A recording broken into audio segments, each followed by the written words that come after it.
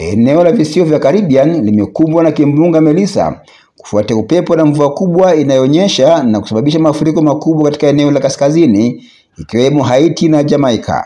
Kisiwani Haiti, kimbunga hicho kimesababisha vifo vya watu 3 na wengine 5 kujeruhiwa baada ya kuangukiwa na ukuta, huku mtu mmoja akipoteza maisha katika Jamhuri ya Dominica kutokana na kimbunga hicho. Waziri Mkuu wa Jamaica Andrew Holness amewashauri wakazi wa Jamaica kuchukua tahadhari kutokana na kadhia hiyo.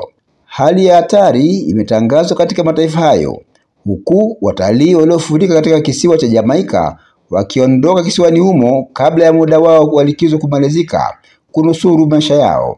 Kimbunga Melissa kina kasi ya kilomita 225 kwa saa.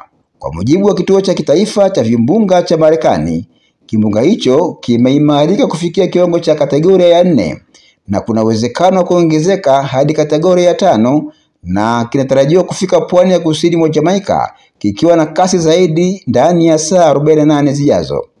Mamlaka kisiwani Jamaica imetoa tahadhari kwa wakazi waishio karibu na maeneo yenye mikondo ya maji kutafuta makazi ya muda katika maeneo mengine ambayo ni salama kupisha kimbunga hicho.